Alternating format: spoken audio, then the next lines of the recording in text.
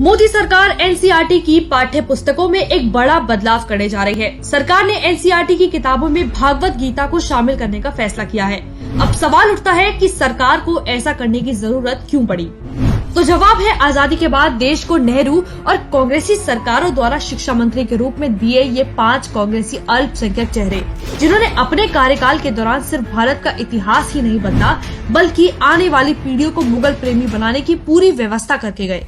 इन शिक्षा मंत्रियों ने हमारी किताबों को ऐसा रंग दिया कि हमारी किताबों से हमारे देश का इतिहास गायब हो गया। हमारी किताबें मुगलिया राजाओं की वीरता और महानता की कहानियों से भर दी गई। वहीं दूसरी तरफ महाराणा प्रताप जैसे वीरों को हारा हुआ दिखाया गया।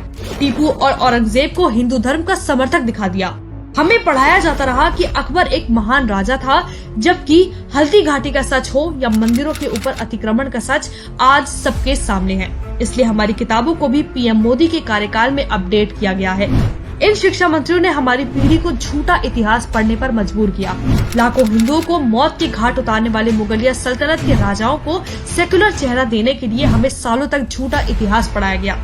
ऐसी पढ़ाई के कारण ही हमारे देश के लोगों को अपने ही धर्म संस्कृति की कोई समझ नहीं है। इन चीजों से कोई लगाव नहीं है।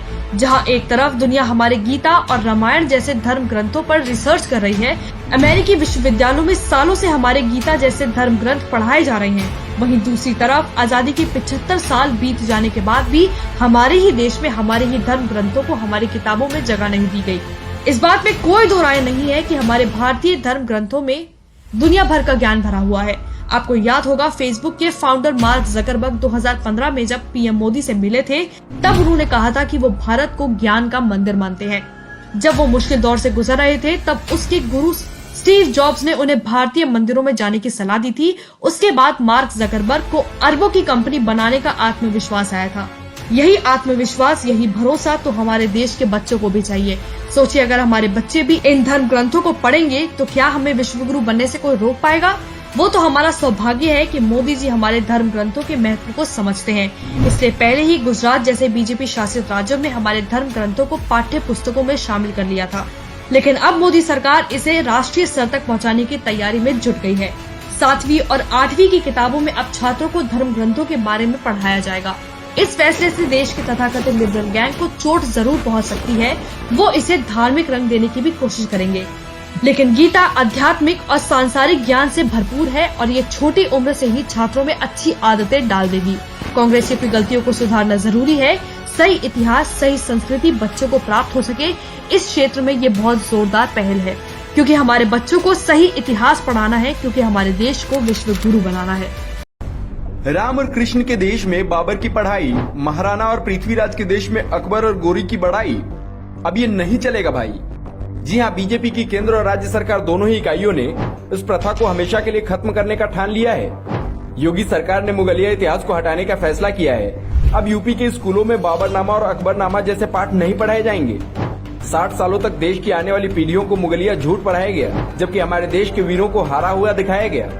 पांडव साम्राज्य ने 800 वर्षों तक शासन किया।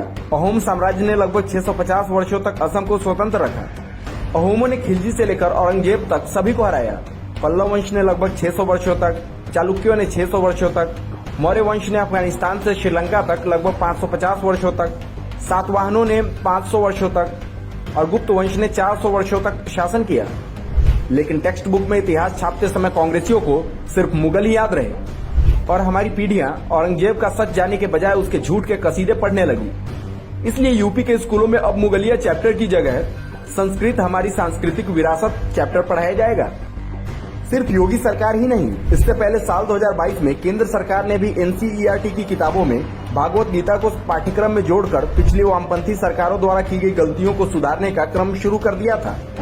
सोचने वाली बात है कि आखिर क्या वजह रही होगी कि जिस भागवत गीता पर अमेरिका जैसे देश के विश्वविद्यालयों में रिसर्च किया जा रहा हो, उस गीता को हमारे ही देश के पाठ्यक्रमों में जगह नहीं दी गई, जबकि हमारी इतिहास की किताबों को मुगलिया कहानियों से भर दिया गया।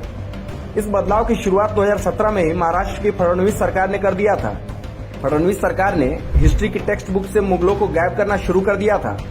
महाराष्ट्र में अब 7वीं और 9वीं क्लास की नई बुक में बदला हुआ असल इतिहास पढ़ाया जा रहा है, जिसमें शिवाजी महाराज की वीरता की कहानियों को अब विस्तार से पढ़ाया जा रहा है।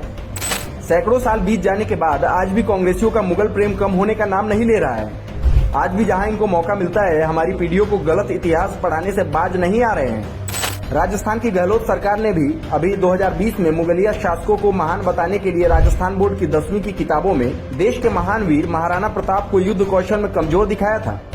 नीचता की हद देखिए, जिस महाराणा ने घास की रोटी खाकर भी अकबर को युद्ध में नाको चने चबवा दिए, उनके युद्ध कौशल पर ये कांग्रेसी सवाल उठा रहे हैं।